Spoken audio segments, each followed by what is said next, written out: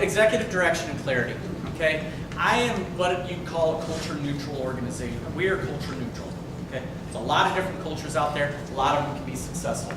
A construction company in Omaha, Nebraska, and the owners, it's a fourth generation construction, family owned construction business. I went in there to talk to them about their organization. They said, we want our project managers to be tough as nails. We want them to be mean SOBs. We want them to not have any hobbies, probably on their third or fourth divorce. And if they are doing anything on the weekends, they're sitting in their garage tinkering. And when that new project comes up, we want them fighting between each other to figure out what to do, okay?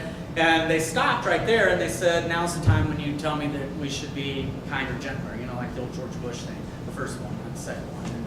And I said, no.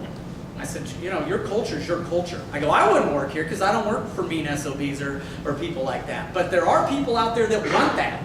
They want to shut their mouths and be told what to do. And we can find those people that want that culture. Okay? So I'm the first person to tell you I am culture neutral, but you got to have one.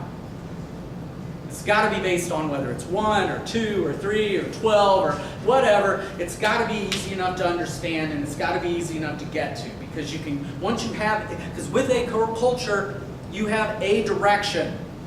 With a direction, all the rest of us can follow that way. If we say, well, our bosses say our employees are our most important asset, no, they're not. Okay, now we can't go in one direction. We're vacillating, and that sucks, and it takes energy. So I don't care what your culture is, just get one. And get your executives to deal with that.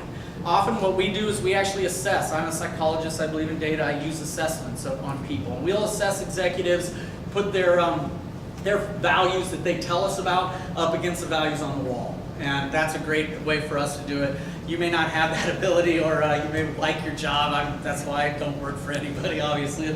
Wear jeans to presentations, but you may like your job a little more than that, but you got to find out what it is and where it is. And I don't care if your executives know what it is, and if you're going to go with the informal one and go with it, but you're going to rest it on 2 or 3 things, I'm fine with that as well. But find out what it truly is. And if you're the lowest payer and the hardest workers, be honest. Be brutally honest. I'd love to get it from the CEO. I've answered 4 questions here, given you 4 questions, and asked yourself that. But that's just the first step. The second step is for you to say, how does my group impact that?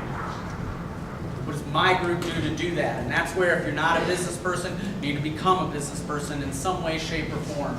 But what is our company trying to solve, do, or compete against? Okay, how do we differentiate from the competition? What are our X factors? What differentiates Sprint from AT&T, from Verizon, T-Mobile, you know, all that kind of stuff? What does success look like to the owner's stockholders? When we do what things does our stock jump, and when we do other things, when does it go down?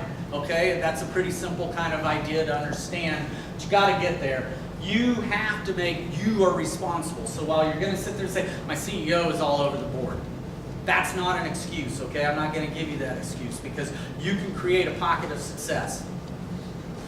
If you can lean on one thing that's immutably true about that supervisor, that executive, or that person running your world, and at least say, we're going to stand against that thing, now it's on you.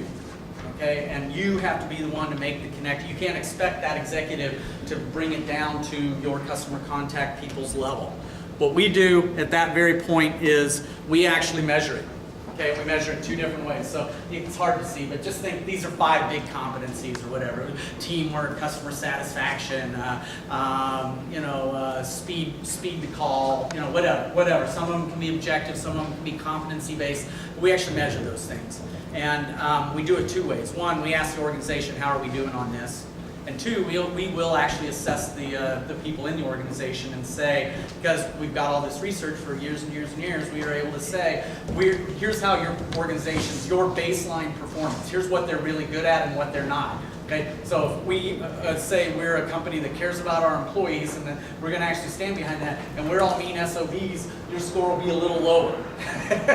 You say, we're all nice and we love to get along, and there's a get along variable, that'll be really high, okay, because it's true.